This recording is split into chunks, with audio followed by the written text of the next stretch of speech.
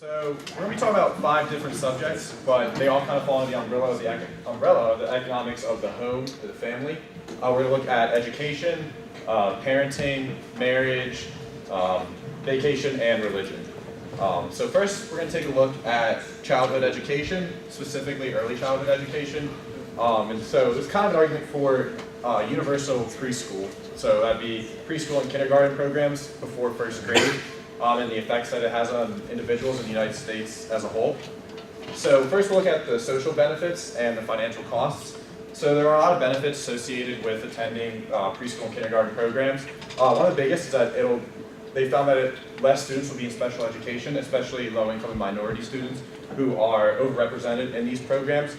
And then there's a couple other things that they compared people that were in programs and in preschool programs and those that weren't. They found that those who were in these programs had higher graduation rates. And there's a bunch of other factors that go into it, but they believe that could cost between $8 and $15 billion a year to send these students. So marriage markets. Starting off with this gentleman right here is Gary Becker. So Gary Becker was a pioneer in taking economic theory and applying it to all different sorts of topics, and in this case, of course, marriage markets. So some of the things that he wanted to analyze with this was number of births, income inequality, to allocation of leisure. What makes different markets? Well, the biggest difference is whether or not the marriage market is determined by love or financial gains. 2 principles of marriage markets, just to make them simple. The first one says that because either the individual or the parents are choosing for the person to get married, that the utility of being married is greater than the utility of being single. The second is saying that because it's competition and there are a limited number of mates, you're trying to maximize utility, trying to get the best mate. Let's say you're going out on a date with somebody. You're paying a price for that person's time that is greater than their opportunity cost of, say, going out with their friends or sitting at home watching Netflix. I hope you're more interested in that. But I think that parenting is actually super interesting because you can take it from a lot of different microeconomic perspectives. So utility, cost-benefit analysis, return on investment, etc. So when you have a child, you're basically investing in their future. And what is the best way to guarantee their success later down the road? So like if you are, for example, a Tiger mom, and you get your kid involved in like soccer practice and Boy Scouts and ballet lessons and piano lessons, it's not necessarily the fact that little Johnny is sitting behind a piano for 4 hours a week because his utility probably isn't super high, he's probably just super bored. But you're the type of parent that has those resources available. You have the drive and the educational experience and the income to support a child, and therefore they'll be successful later down the road because of your attributes.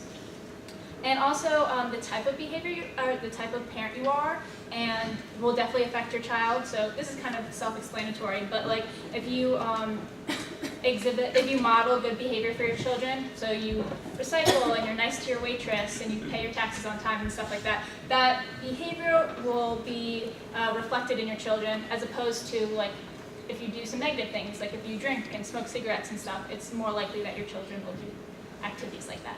I'm going to talk about family vacations, and so I decided to dress the part. So just quick, before I get into family vacation, I'm going to shoot some numbers at you. For those of you who are falling asleep, give me 2 more seconds, I'll make it more interesting after the numbers. So $2.1 trillion of economic activity come from the U.S. travel industry, and from that, it's lodging, transportation, tax revenue from actually traveling. There's about 15 million jobs supported by the travel industry. And as of last year, 4 of every 5 domestic trips were on leisure. So it's either saying that's vacation or visiting relatives. Most of the time, you're probably going to bring your family when you're on a trip for leisure.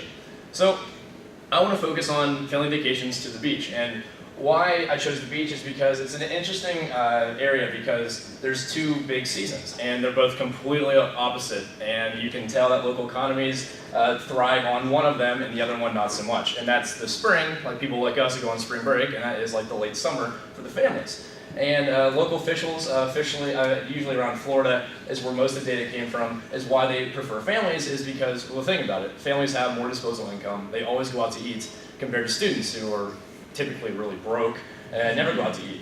And I have experienced both of them. So when I would go with my family, typically, grandparents, parents, we'd go out to eat every single day for dinner, sometimes lunch, not all the time, but dinner, and the bill would be astronomical. I mean, way more than I could afford personally. But when I was on spring break in Daytona, no. I mean, I went to like this dingy pizza shop, and every day it was really cheap. It was nothing, so I didn't spend any money.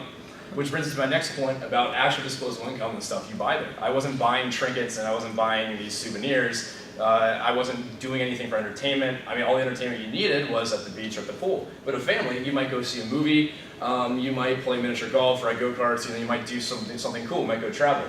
So therefore, you're spending more money, these things are taxed, and therefore it's going to generate more revenue for the local economy. And last of all is, well, I think I speak for most families when I say they don't exactly rage. So therefore, there's lower negative externalities. It's a lower cost to state for the local economy. You're not gonna employ or put on duty more officers for families. They're not breaking stuff. They're not typically loud. Local businesses aren't hiring extra help for janitorial service. I mean, they're not trashing the hotel pool, and that is completely contrary to the spring break crowd. I mean, I couldn't leave my hotel without seeing a fight, a drug bust, or something getting broken. I mean, that's just how it is, and therefore, actually, the people who pay for it are the people who live in the community, and that's a negative externality. And that's why most of the time local economies prefer families.